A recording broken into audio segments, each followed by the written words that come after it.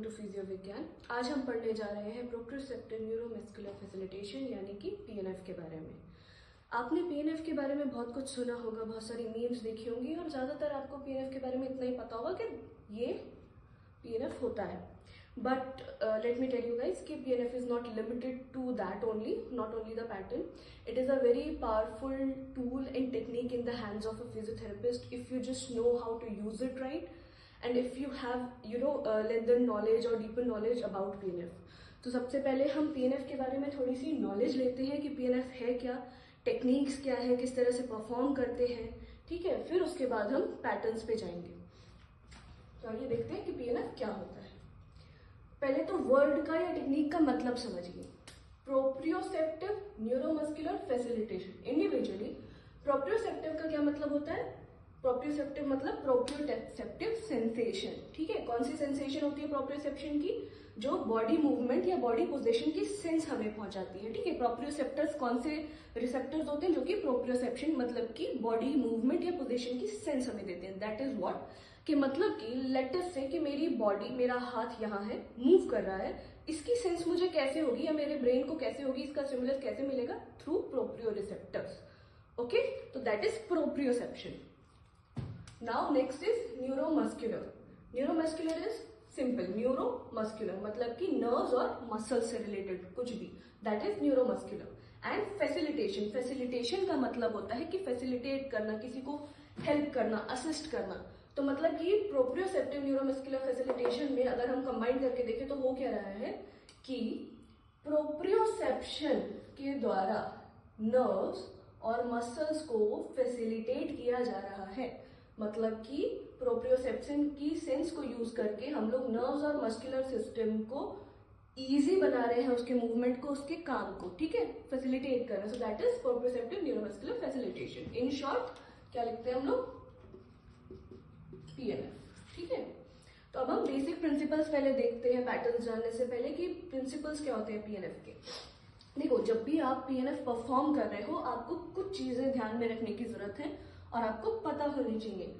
सबसे पहली, okay this is written in the end, but सबसे पहली चीज होती है आपकी बॉडी पोजीशन एंड मैकेनिक्स। एक थेरेपिस्ट की बॉडी पोजीशन एंड मैकेनिक्स, ठीक है।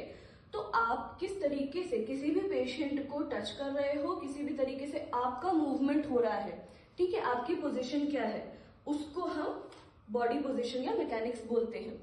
सबसे पहले तो पेशेंट को कुछ भी कराने से पहले एक थेरेपिस्ट का पोजीशन और मूवमेंट इजी होना चाहिए, ठीक है, रिलैक्स्ड होना चाहिए और कंफर्टेबल होना चाहिए, ताकि आप पेशेंट को कुछ भी करा रहे हो तो थ्रू आउट आपका मूवमेंट भी एकदम फ्लूइड रहे, राइट।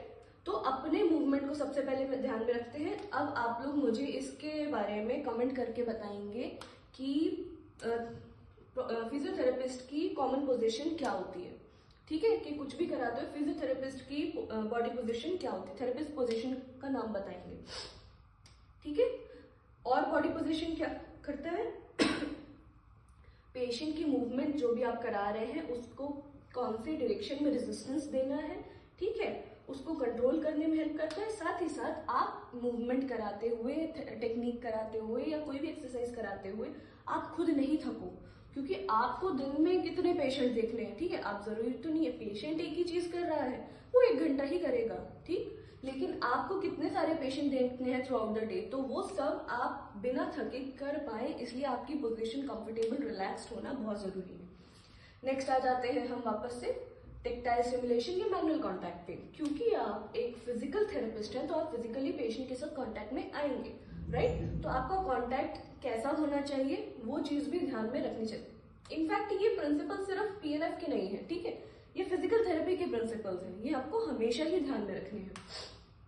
तो आपका टच किस तरीके का होना चाहिए और कॉन्टैक्ट किस तरीके का होना चाहिए। पीएनएफ कराते समय ध्यान खास तौर पर लंब्राइकल ग्रिप का यूज करते हैं, ठीक है, मतलब कि आपकी जो फिंगर्स हैं, फिंगर्स से ही रेजिस्टेंस अप्लाई किया जाता है और फैसिलिटेट भी किया जाता है। तो लंब्राइकल ग्रिप का यूज करते हैं। एंड डायरेक्शन क्या होती है आपके रेजिस्टेंस अप्लाई करने की? जो डायरेक्शन में पेशेंट मूवमेंट कर रहा है उसके अगेंस्ट आप रेजिस्टेंस देंगे। मतलब कि इस डायरेक्शन में मूवमेंट पेशेंट कर रहा है तो इस डायरेक्शन में थेरेपिस्ट ठीक है, रेजिस्टेंस अप्लाई करेगा अपोजिट डायरेक्शन में। रेजिस्टेंस तो तभी आएगा ना, मतलब एक डायरेक्शन से फोर्स लग रहा है, दूसरे डायरेक्शन से आगे तभी रेजिस्टेंस आएगा। दोनों एक डायरेक्शन लगाएंगे तो फैसिलिटेशन हो जाएगा, right. Next is verbal stimulation. Verbal stimulation is कि आपको बोलते रहना है कंटिन्यूअसली, ठीक है, कि और लेके जाइए और लेके जाइए और लेके जाइए, थोड़ा और ऊपर, हाँ बस हो गया, वापस लेके आइए वापस लेके आइए वापस लेके आइए। तो थ्रू आउट जब भी मूवमेंट हो रहा है, ठीक है, आपका पूरा कमांड थ्रू आउट होना चाहिए। आप फैसिलिटेट कर रहे हैं तो कमांड्स आपकी लाउड एंड क्लियर होंगी, शार्प लाउड क्लियर कमांड्स। जब आपको रिलैक्स करना है पेशेंट को तब सॉफ्ट सूदिंग लो वॉल्यूम, ठीक है, मेलोडियस कमांड्स होंगी। कमांड्स किस किस के लिए देते हैं? पहले सबसे पहली चीज प्रिपेयर करने के लिए पेशेंट को, ठीक है, कि अब हम ये सब करने जा रहे हैं, पीएनएफ परफॉर्म करने जा रहे हैं, इस तरह का मूवमेंट होगा, ठीक है। अब मूवमेंट चालू करेंगे नेक्स्ट एक्टिवेशन के लिए। अब मूवमेंट चालू करेंगे, ये मूवमेंट आप परफॉर्म करेंगे, करिए करिए करिए। हाथ आपका बाहर जा रहा है, अंदर की तरफ लेके जाएंगे। तो थ्रू आउट आपने पहले पेशेंट को प्रिपेयर किया, एक्टिवेट किया, मूवमेंट कराया, ठीक है। नेक्स्ट इज अगर मूवमेंट गलत हो रही है तो करेक्ट करेंगे, और ये कंप्लीटली लूप आपका ये वाला चलता रहेगा, ठीक है। मूवमेंट कराते रहेंगे, करेक्शन करते रहेंगे, देन उसके बाद रिलैक्स कर देंगे, ठीक है। तो वर्बल स्टिमुलस बहुत ज्यादा जरूरी है क्योंकि ये ब्रेन को एक सिग्नल भेजता है कांस्टेंट इंप्रूवमेंट के लिए। नेक्स्ट आ जाता है आपका विजुअल स्टिमुलेशन। विजुअल स्टिमुलेशन में क्या होता है कि जब भी आप किसी चीज को देख रहे हैं तो आपका मूवमेंट बढ़ेगा, ठीक है, वो इनहेंस करती है किसी भी मूवमेंट को। तो आपका गोल हमेशा विजन में होना चाहिए, मतलब कि अगर हम ये मूवमेंट करा रहे हैं, ठीक है, तो मेरा गोल मेरी विजन में होना चाहिए। मैं कॉन्स्टेंटली मूवमेंट कराते कराते अपने हैंड को देखती रहूंगी, मतलब कि पेशेंट को साइमल्टेनियसली अपने हाथ के साथ या जिस भी पार्ट का पीएनएफ आप करा रहे हैं उसके साथ अपने हेड और गेज का मूवमेंट करते रहना है, ठीक है। फॉर एग्जाम्पल अगर हम लिफ्टिंग एंड ड्रॉपिंग मूवमेंट करा रहे हैं तो ये थ्रू आउट उसका गेज और हेड मूव करेगा उसके साथ में, okay. Next is optimal resistance. अब रेजिस्टेंस कितना लगाना है? मान लीजिए कि ये पेशेंट हैंड है और मैं इस तरीके से रेजिस्टेंस लगा रही हूँ, और फॉर एग्जाम्पल मैं होल्ड रिलैक्स या कॉन्ट्रैक्ट रिलैक्स टेक्निक्स हम आगे पढ़ेंगे, कोई भी टेक्निक करा रही हूँ और मैं रेजिस्टेंस इतना ज्यादा लगा दे रही हूँ कि पेशेंट मूव ही नहीं कर पा रहा, ठीक है। मुझे होल्ड रिलैक्स कराना ही नहीं है, मुझे कॉन्ट्रैक्ट रिलैक्स कराना है, और रेजिस्टेंस इतना ज्यादा है कि पेशेंट मूव ही नहीं कर पा रहा। तो उस केस में आप क्या करोगे? वो तो सही नहीं है ना। तो आपको पेशेंट के हिसाब से जज करना है कि कितना रेजिस्टेंस ऑप्टिमल है उसके लिए, ठीक है। आपके लिए नहीं कि मैं बाकी पेशेंट्स में इतना ही रेजिस्टेंस लगाती हूँ, मैं इतना ही लगाऊंगी, ऐसे नहीं चलेगा। पेशेंट कितना लगा पा रहा है, पेशेंट कितना फोर्स दे पा रहा है, उस हिसाब से आप रेजिस्टेंस अप्लाई करेंगे थ्रू आउट। और दूसरी चीज रेजिस्टेंस कंटिन्यूअसली, मतलब मान लीजिए ये रेंज ऑफ मोशन अगर है तो कंटिन्यूअसली सेम रेजिस्टेंस लगना चाहिए। ये नहीं कि यहाँ पे तो आपका रेजिस्टेंस जो है x था, यहाँ पे आते आते आपका रेजिस्टेंस x/2 हो गया और यहाँ पे आते आते तो 0 ही हो गया, बिल्कुल, ठीक है। एंड में आते आते बिल्कुल रेजिस्टेंस छूट ही गया, ऐसा नहीं। थ्रू आउट द मूवमेंट आपका रेजिस्टेंस सेम रहेगा, ठीक है, और मैक्सिमल रहेगा सिचुएशन और पेशेंट के हिसाब से। नेक्स्ट आ जाते हैं traction and approximation. Traction is keeping the body part away, ठीक है, मतलब कि जॉइंट को दूर दूर करना, दैट इज ट्रैक्शन या फिर डिस्ट्रैक्शन, ठीक है। और अप्रोक्सीमेशन इज कोई भी बॉडी पार्ट को पास पास में लाना, okay.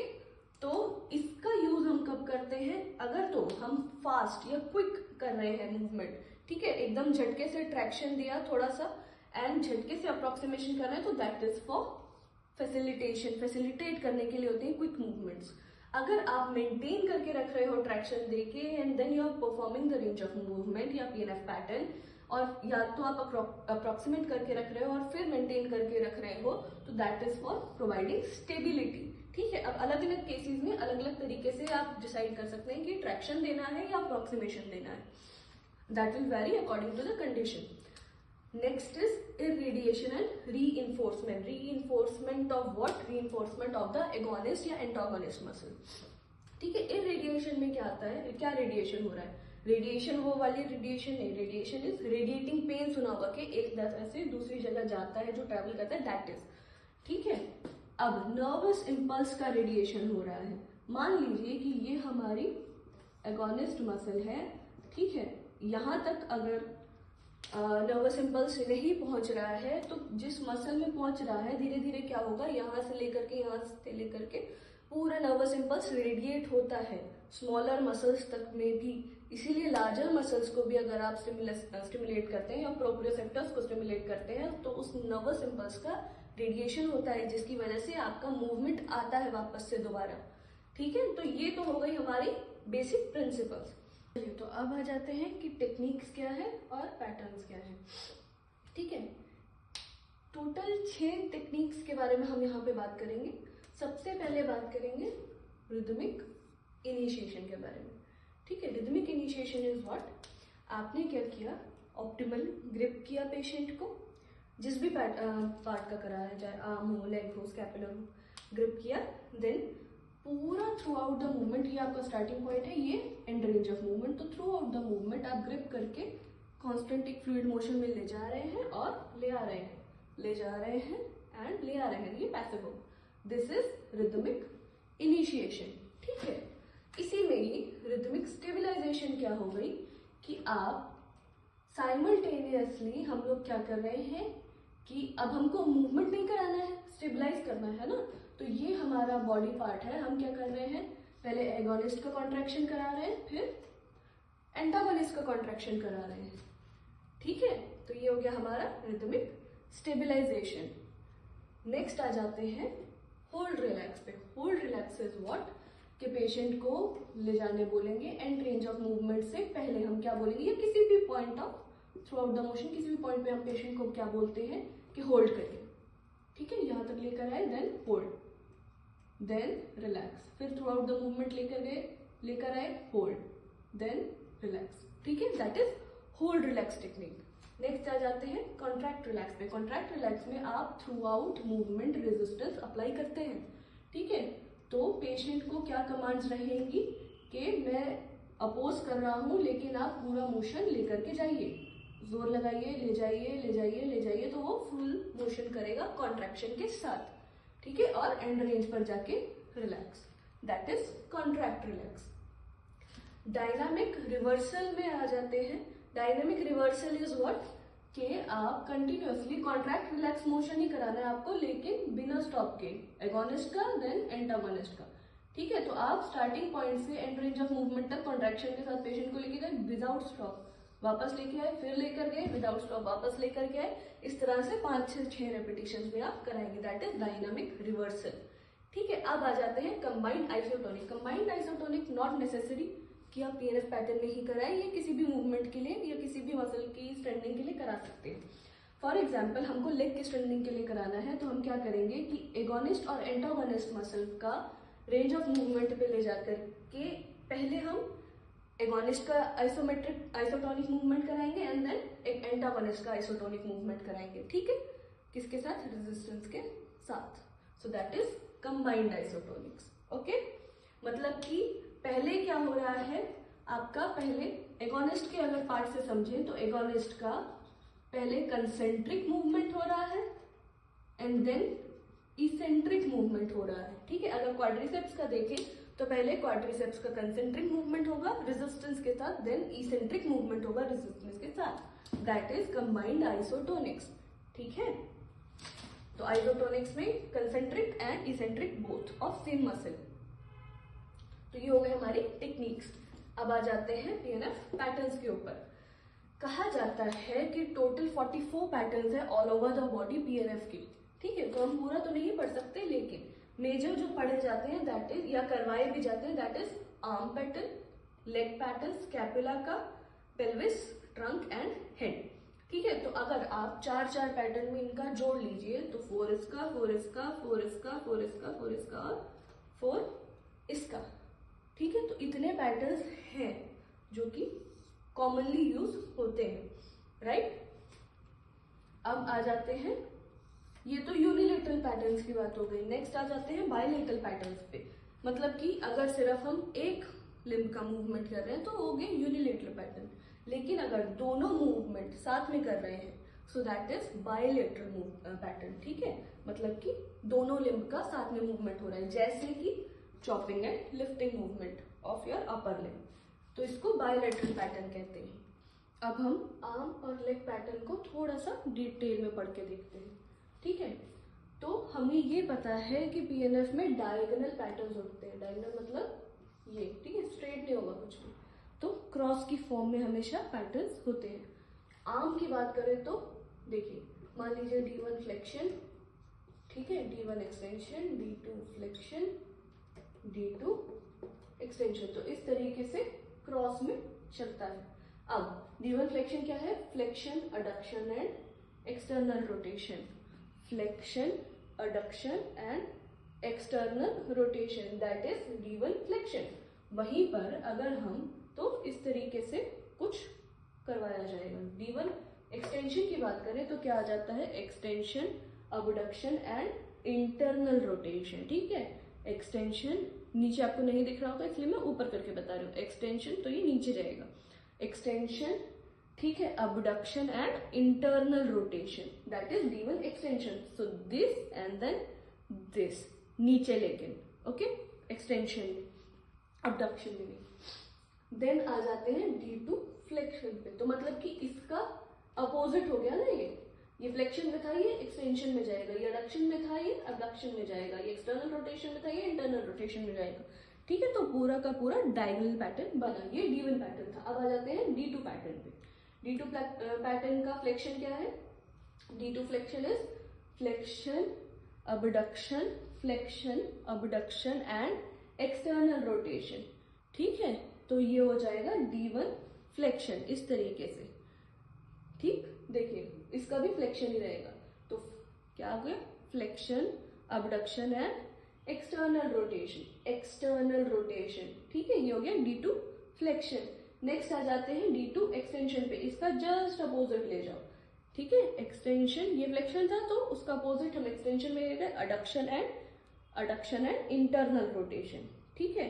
Adduction, internal rotation, extension नीचे, ठीक। तो ये हो गया D2 एक्सटेंशन, अपोजिट, ओके। अब आ जाते हैं लेग पैटर्न पे। लेग में D1 फ्लेक्शन कैसे था कि फ्लेक्शन करेंगे हम हिप का, ठीक है, अडक्शन करेंगे हिप का और एक्सटर्नल रोटेशन करेंगे, ठीक है। इसी में ही D1 का एक्सटेंशन क्या होगा? एकदम अपोजिट, कि एक्सटेंशन करेंगे, अडक्शन करेंगे, ठीक है, और एक्सटर्नल रोटेशन करेंगे। वहीं पर आ जाते हैं D2 फ्लेक्शन के पास, तो हिप का फ्लेक्शन होगा, अबडक्शन होगा एंड देन इंटरनल रोटेशन होगा, ओके। और D2 एक्सटेंशन में क्या होगा? हिप का एक्सटेंशन होगा, एबडक्शन होगा और इंटरनल रोटेशन होगा। तो ये हो गया हमारा लेग पैटर्न। हमेशा डायगोनली चलेंगे। आपको अगर इतना सब कुछ ये याद नहीं रह रहा है तो बस इतना ध्यान दीजिएगा कि क्या आप जिस भी लिम्ब का या पार्ट का मूवमेंट करा रहे हो उसमें क्रॉस बन के आ रहा है पेशेंट के बॉडी पार्ट से या नहीं। यदि तो क्रॉस में या डायगोनली मूवमेंट करा रहे हो देन इट इज फाइन, ठीक है। हर एक मूवमेंट का या हर एक पार्ट का डायगोनल मोशन आपको कराना है, ठीक। तो वो आपका D1 D2 पैटर्न्स अपने आप से बनता चला जाएगा और धीरे धीरे आपको याद भी होने लगेगा। इसके बाद अगर आपको कोई भी डाउट हो, कुछ और पैटर्न आपको सीखना हो, कैसे करना है समझना हो, तो कमेंट बॉक्स में कमेंट्स डाल सकते हैं, हम उसके लिए नई वीडियोस बनाएंगे। Thank you.